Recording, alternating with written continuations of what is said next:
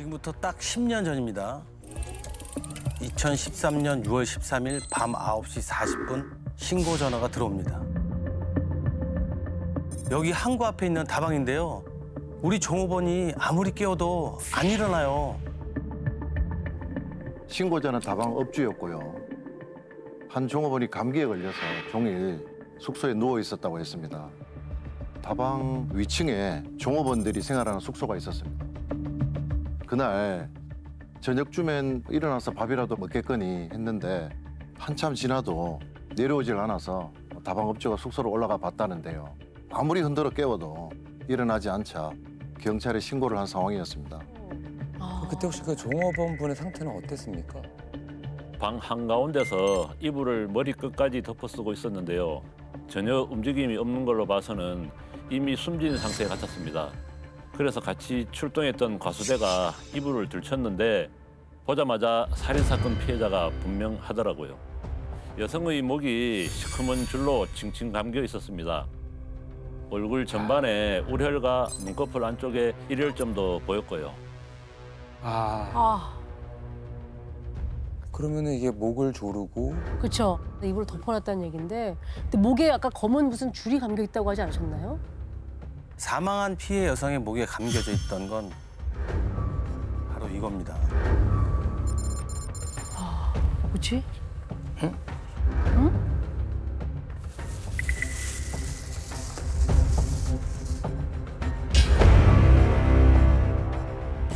이게 감기스톡 이게 뭐죠?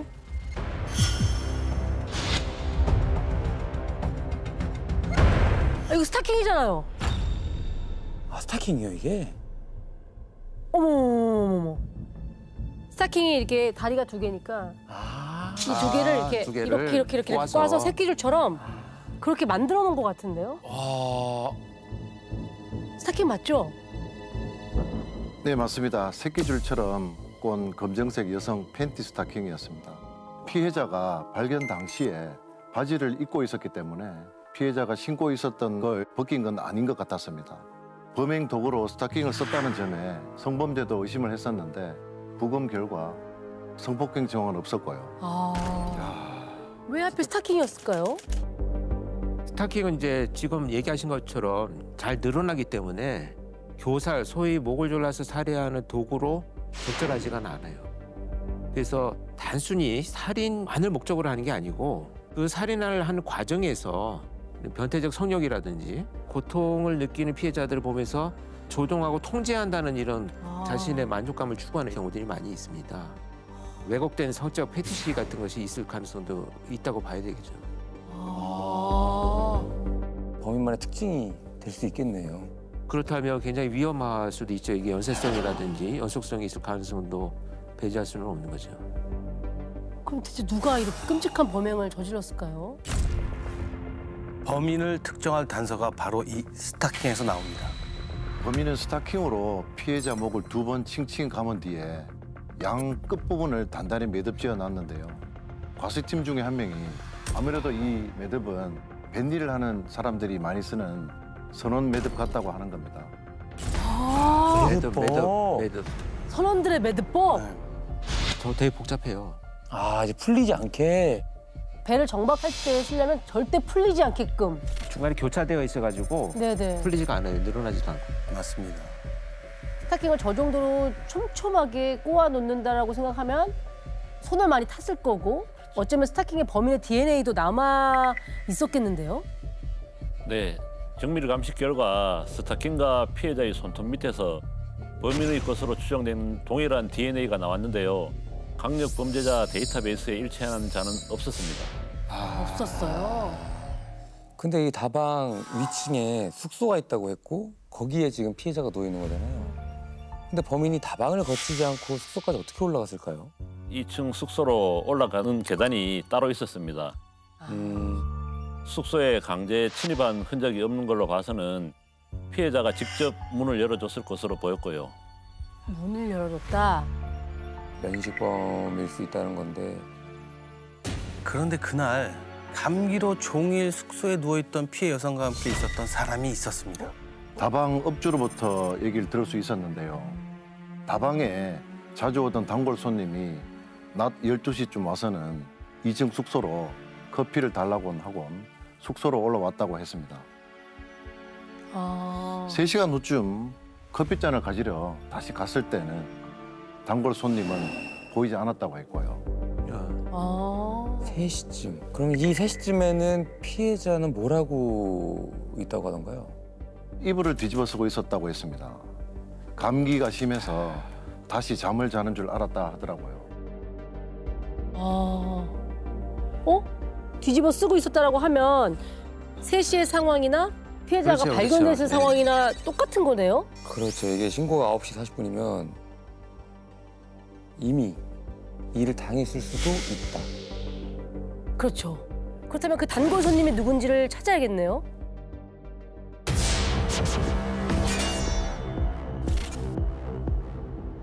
이 수상한 단골 손님은 자신을 김영수라고 소개했다고 합니다. 김영수. 김영수? 김영수요. 정확한 나이는 모르겠지만 50대 정도로 보였고요. 도사처럼 길게 기른 머리를 꽁지처럼 묶고 코스튬을 기른 채 항상 선글라스를 쓰고 다녔다고 합니다. 김영수라고 하는 단골 손님은 뭐 하는 사람인데 그러고 다녔대요? 다방에서는 인근 오징어 덕장에서 일을 하던 사람이라고 알고 있었습니다. 영덕에 오기 전에 동해안을 전전하며 뱃일을 한 적도 있다는 얘기도 들었다고 하고요. 사건 발생 6개월 전쯤부터 거의 매일 커피를 마시러 와서 피해자만 찾았다고 했습니다. 그럴 때는 이 김영수라고 하는 단골 손님을 빨리 만나 봐야겠네요. 네, 그래서 김명수가 일한다는 오징어 덕장을 찾아갔는데 덕장 주인이 화가 좀 나 있더라고요. 저녁에 덕장에 늘어오는 오징어를 거들어 출근하기로 돼 있었는데 연락이 없이 무단 결근했다고 했습니다. 긴급으로 휴대폰 위치 추적을 저희가 해봤더니 낮부터 전화기가 꺼져 있어서 어디 있는지 확인이 안 되더라고요. 수상하네요. 이게 도망갔네, 도망갔어. 근데 김영수라는 사람에 대해서 알면은 알수록 수상한 겁니다. 휴대전화 명의는 덕장 주인으로 돼 있었고요. 월급도 계좌이체가 아닌 현금으로 받아갔다고 했습니다. 한 번은 감기에 걸려 병원에 가야 했는데 덕장 주인의 주민번호를 받아갔다고 하더라고요. 네. 덕장 주인은 그 사람의 뭐를 믿고 일을 시켰을까요? 신용 불량자라서 휴대전화도 계좌도 못 만든다고 했답니다. 명확한 신원이 확인이 안 되니까 걱정을 했었다고 했습니다. 근데 한 3개월 정도 일을 같이 해보니까 일처리도 빠르고 굉장히 성실하더랍니다. 그래서 덕장 주인이 뒤늦게 자신의 명의로 휴대전화를 개통해 줬다고 했습니다. 단순히 신용불량자가 아닐 수도 있겠다는 생각도 드는데 저희도 똑같이 의심을 했죠. 수배자 명단도 조회해 봤는데요. 김영수라는 이름은 명단이 없었습니다. 없었어요. 이 남자를 어디서 찾죠? 지금 확인할 방법이 없잖아요. 형사님들은 김영수가 묵었던 숙소를 찾아갑니다. 사건 현장에서 나온 DNA와 대조할 만한 걸 찾으러 간 건데요. 동시에 사건이 발생한 현장 인근을 탐문 중이던 후배 형사에게 때마침 반가운 연락이 옵니다. 김명수 숙소로 가던 중에 전화를 받았는데요. 김명수를 본 목격자를 찾았다고 하는 겁니다. 네, 목격자는 택시 기사님이었는데요. 시신이 발견된 그날 사건 현장 인근에서 어떤 남자가 다급하게 택시를 타더니 버스터미널로 가달라고 했다고 합니다. 그때가 저녁 7시쯤이라 어두울 때였는데 선글라스를 쓰고 있어서 기억을 하고 있었고요. 일단 버스터미널로 가서 김영수가 움직인 게 맞는지 CCTV부터 확인하라고 했는데요. 후배가 보내준 영상을 보고 아차 싶더라고요. 사건 당일 7시 아까 터미널이었죠. 긴 머리가 아니잖아. 코스염 밀었네, 그새. 근데 선글라스를 끼고 있긴 합니다. 네. 이 사람이 김영수예요? 다른 사람, 어머머머머머. 아니 선글라스 말고는 다 다른 사람인데요? 그러게요. 김영수 씨가 맞긴 맞나요? CCTV 영상을 전송받고 저희가 김명수 숙소에 도착해 보니까 마구잡이로 자른 머리카락이랑 아, 콧수염을 그렇지. 민 이야. 흔적이 그 세면대에 있더라고요. 변장까지 하고 아주 작심하고 튀었구나 생각하니까 그때부터 머리가 좀 복잡해졌죠. 게다가 저희가 사실 제일 급했던 게 김영수의 지문이었거든요.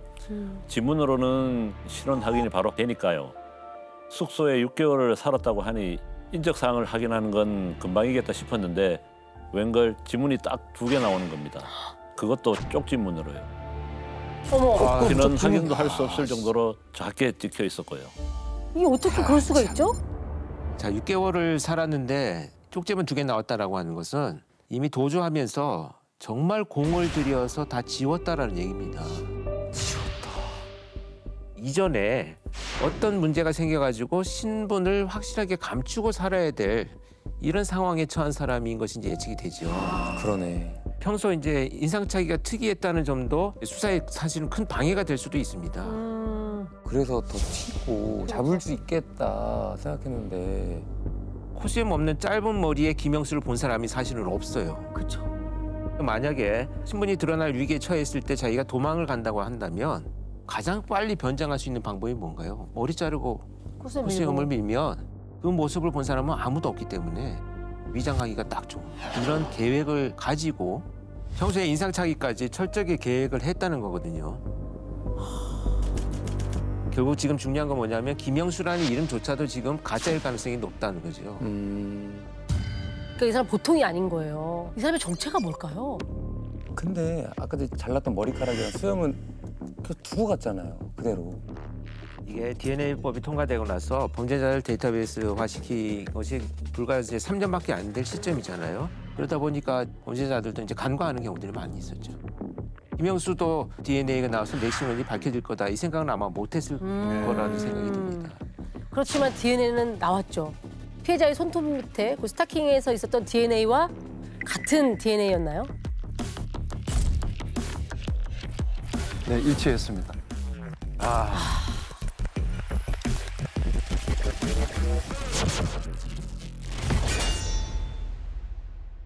이 김영수라는 사람이 어디로 갔는지는 추적이 됐나요? 이 사건 당일 한 저녁 7시경 영덕에서 포항 방면 버스를 탔고요. 포항에서 바로 마산으로 가는 버스로 갈아탄 걸로 확인이 됐습니다. 마산에서 다른 지역으로 가는 버스를 타지는 않아서 마산으로 바로 달려갔습니다. 근데 마산 터미널에 내려서 한 20분쯤 걸어가더니 그 이후에 흔적이 뚝 끊겨버렸습니다.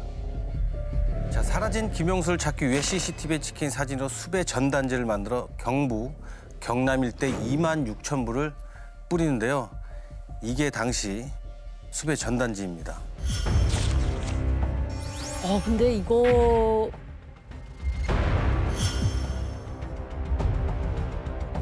여기 선글라스 벗은 게 하나 있는데 그 마산에 도착한 그 후에는 수사망을 따돌렸다고 생각한 건지 이 선글라스를 벗고 이동했습니다. 근데 선글라스를 벗는 것도 의도했을 수 있을 것 같아요. 벗으면 또 다른 인상일 수 있으니까. 근데 이게 보면 이 CCTV 프리스트릿해서 네. 이거 알아보기가 이게 좀 쉽지 않을 것 같아요. 근데 그래도 간혹 보면 이런 걸 유심히 보시다가 뭐 제보하시는 분들도 많다고 하니까 제보가 들어왔나요? 없었습니다. 저희가 그때 김명수가 과거에 일했던 곳에 정말 다 가봤습니다. 남해안에서 배를 탔다고 해서 남해도 가보고 부산 기장에 있는 미역 양식장에도 일했다고 해서 가보고 지리산에서 약초도 캔 적이 있다고 해가지고 지리산 일대에 싹 다 뒤졌는데 김명수의 흔적은 찾을 수가 없었습니다. 자, 결국 형사님들은 초강수를 둡니다. 전국의 김영수를 다 뒤집니다. 50대로 추정이 돼서 비슷한 연령대인 55년생부터 69년생 중 김영수라는 이름의 남성을 조회해보니까 전국에 5천 명이 나오더라고요. 아유, 다 만날 수도 없고요. 5천 명의 주민등록증에 있는 사진을 인출해서 덕장 주인부터 다방 사람들까지 싹 보여줬는데 닮았다 싶은 사람도 없었습니다. 저 그거밖에 없는 것 같은 게 아까 권 교수님이 말씀하신 것처럼 김영수란 이름 자체가 가짜인 거죠. 그러면. 이거 자체가 페이크인데 이거를 본인 진짜처럼 산. 그렇죠, 그렇죠. 저희도 이쯤 되니까 김영수라는 이름조차도 가짜일 수 있겠다는 생각이 들었습니다. 이대로는 안 되겠다 싶어서 전국으로 흩어져 있던 우리 수사팀 전원을 다시 영덕으로 다 불러들였습니다. 우리가 지금 할 수 있는 게 뭘까? 머리를 맞댔었는데요. 후배 형사 중에 한 명이 몽타주를 그려보는 게 어떠냐 말을 하더라고요. 몽타주는 CCTV가 지금처럼 없던 시절에 많이 활용이 됐어요. 지금도 물론 몽타주를 그리기는 합니다. 그런데 이게 사람마다 보는 모습이 다 달라요. 뭐 헤어스타일만 기억을 잘하는 분이 있고 안경테나 이렇게 다양하게 자기 관심사에 의해서 기억을 해내는 경우가 많기 때문에 다 다르게 나타나는 거거든요. 일단 목격자가 많으면 평균값을 구해가지고 컴퓨터에 저장되어 있는 그 모습을 합성을 해서 지금 몽타주를 그려내거든요. 아, 그래서 그렇게 만들기 때문에 사실 몽타주는 어떤 얘기가 있냐면 전혀 아닌 사람을 가려내기 위한 수사 도구로 쓰기도 하거든요. 아. 저희도 처음엔 몽타주가 도움이 될까 싶었는데 이름까지 가짜일 수도 있었다고 보니까 남는 건 용의자의 얼굴뿐이더라고요. 교수님이 말씀하신 것처럼 목격자가 한 명이었다면 시도도 안 했을 것 같은데 얼굴로 아는 사람들이 많았으니까요. 네. 네, 그렇죠. 일단 그 수십 명의 기억을 총동원해서 변장한 얼굴까지 감안한 몽타주를 그려보기로 했습니다. 어유, 어이구야. 어이구야. 수염이 한쪽은 있고 한쪽은 없죠. 근데 확실히 수염 있고 없고가 느낌이 많이 달라요. 그러네요. 네.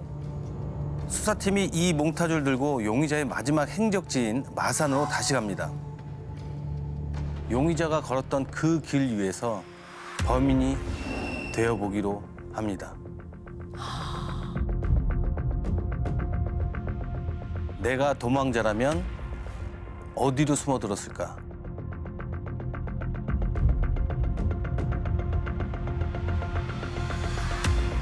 그런데 그때 작은 간판 하나가 보입니다. 지하에 있는 이발소 간판이었습니다. 지하에 있는 이발소는 대부분 대중 목욕 시설이랑 같이 붙어 있는데 그 건물 지하엔 딱 이발소 하나밖에 없었습니다. 아. 그래서 혹시 퇴폐 이발소가 아닐까 네, 네. 하는 생각이 들더라고요. 아, 그래요? 아, 퇴폐 이발소? 그 안에서 불법으로 성매매가 이루어지는 그런 곳. 사건이 났던 그 다방도 커피만 파는 곳이 아니라 불법 성매매까지 연결되는 티켓 다방이었습니다. 용의자가 6개월 동안 거의 매일같이 그 다방을 드나들었다면 분명 퇴폐 이발소를 그냥 지나치지 않았을 것 같았습니다. 이발소에 들어서니까 주인이 저희를 쳐다보지도 않고 오늘 이발사 없습니다 하고 문전박대를 하더라고요. 그래서 영덕에서 온 형사라고 하면서 신분증을 보여주니까 여자분들을 불이 나게 숨기기 시작했습니다. 아, 그렇구나. 맞네. 퇴폐업소가 맞았네요. 아, 예. 그래서 단속 나온 거 아니니 혹시 이 사람 본 적이 있는지만 확인해 달라고 하면서 몽타주로 만든 수배 전단지를 딱 보여줬는데 그 여주인이 갑자기 이거 영수 아인겨 하는 겁니다. 업주가 김영수를 본 건 언제였다고 합니까? 사건 당일 밤 12시가 돼가던 무렵이라고 했습니다. 누가 갑자기 문을 쾅쾅쾅 두들겨서 나가봤더니 김영수가 문 앞에 서 있었는데 뭔가에 쓰인 사람처럼 허둥지둥하면서 잠을 좀 재워달라 했다는 겁니다. 밤도 늦었고 일단 들어오라고 재워줬는데 3일을 방에서 꼼짝도 안 했다고 했습니다. 2년 전에 마산에서 김영수가 일용직으로 일을 한 적이 있었다고 합니다. 그때 단골 손님으로 자주 오면서 친하게 지냈다고 하고요. 한동안 연락이 끊겼다가 갑자기 찾아온 거라고 했습니다. 아, 이미 단골. 어느 정도 단골이었길래 그렇게 했는지 잘 모르겠지만 갑자기 찾아온 사람을 그렇게 막 재워준다? 신뢰가 많이 쌓여야 될 것 같아요. 그러게요. 친해서 믿고 재워준 것보다 혹시라도 이 불법 영업하는 걸 경찰에 신고할까 봐 어쩔 수 없이 재워줬다고 했습니다. 아, 약점이 있으니까. 업주 입장에서는 그쵸. 어디로 갔는지도 그 업주가 알고 있었나요? 한 3일 만에 방에서 나온 김영수가 일자리를 좀 알아봐 달라고 해서 아는 인력 사무소랑 연결을 해줬다고 했습니다. 곧 이 일이 끝날 시간이라며 이발소 주인이 김영수가 머무는 그 여관방까지 알려주더라고요. 이발소로 김영수가 올지도 몰라서 네. 형사 몇 명을 이발소에 남겨두고 네. 저희는 김명수가 머무는 여관으로 달려갔습니다. 네. 한두 시간쯤 흘렀을 때였나? 저 멀리서 모자 쓴 남자가 걸어오는데 수백 번 보고 또 봤던 몽타주소 그 얼굴 김명수인 겁니다. 아. 이야, 드디어. 아. 여관으로 걸어 들어오는 순간 야 김영수 하고 부르니까 뒤를 돌아보더라고요. 네 김영수 맞지? 우리 다 알고 왔다 하니까 고개를 푹 숙였습니다. 다방 여종업원 살인 혐의로 체포한다고 하고 수갑을 채웠는데 말 한마디 안 했습니다. 현장에서 나온 DNA랑 네가 살던 집에서 나온 DNA가 일치한 것까지 다 확인했다면서 증거를 계속 대니까 뒤늦게 인정을 했습니다. 그렇다면 실제 김영수가 본명이었나요? 가짜였습니다. 본명으로 신원 조회했더니 폭행, 사기, 강도상해로 전과가 11범이었습니다. 심지어 검거 당시에도 수배 중인 상황이었습니다. 그럼 도대체 언제부터 가짜 이름으로 산 거라고 합니까? 7년 전에 선불로 월급을 받아놓고 도망쳐서 사기로 고소를 당했더라고요. 아, 그 건을 포함해서 3건의 사기 사건 피의자였고요. 그때부터 김영수라는 가짜 이름으로 전국을 떠돌면서 숨어 살았던 거였습니다. 아휴, 7년? 7년 동안이나 도피 생활을. 7년이면 돈을 벌어서 갚을 수도 있었을 시간인데. 그러니까요. 지문만 안 남기면 잡히지 않을 거라고 생각하고 꼼꼼히 닦고 갔던 거였습니다. 머리카락이랑 콧수염에 DNA가 있을 줄은 몰라서 안 치우고 갔던 거고요. 그러면 도대체가 그 김영수라는 사람 피해자한테 대체 왜 그랬다고 하는 겁니까? 그러게요. 그 여성이 그 아프다는 얘기를 듣고 걱정돼서 찾아갔는데 그날따라 자신을 무시하는 말을 하더랍니다. 그래서 다투다가 여성의 얼굴을 한 대 때렸고요. 아이고.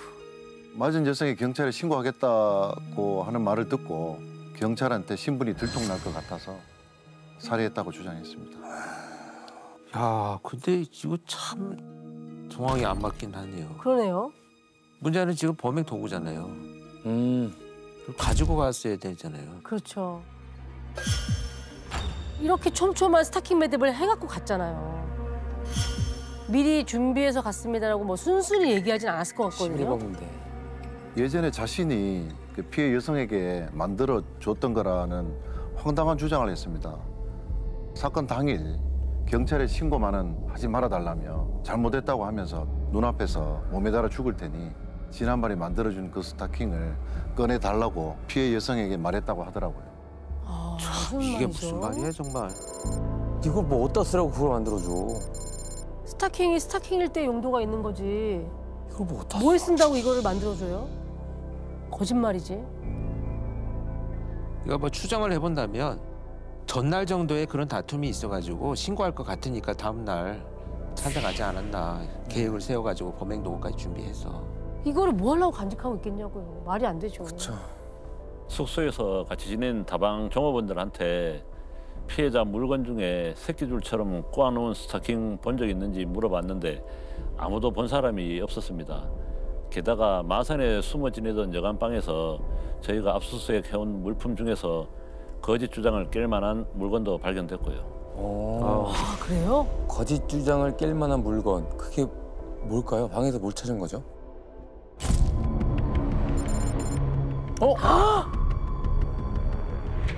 어머. 저걸 저렇게 갖고 있었던 거예요? 만들어서? 이거 똑같네. 똑같네. 저걸 왜 만들어놔? 아, 무서운 게 그럼 또 저걸로 살인하려고 좀 그러는 거예요, 지금? 여관방에서 나온 이건 뭐냐고 했더니 호기심에 그냥 만들어 본 겁니다 하면서 씩 웃었습니다.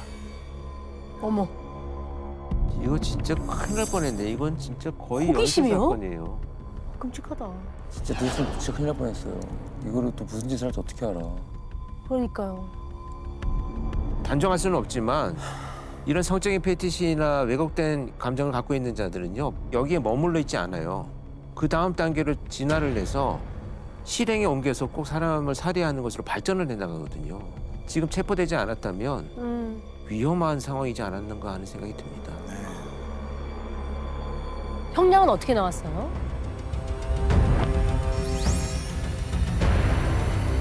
징역 14년 나왔습니다.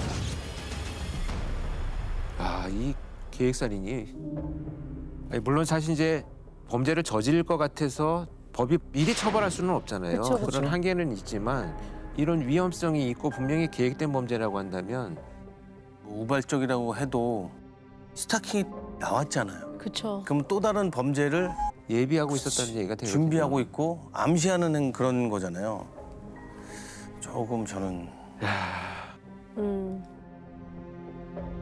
가짜 인생을 살아온 범인이기 때문에 검거 때까지가 엄청 힘들었을 것 같아요. 끝까지 포기하지 않고 하나하나 꼼꼼하게 찾아내서 결국 검거를 하셨구나라는 생각이 오늘도 듭니다. 즐겨봐 이 채널.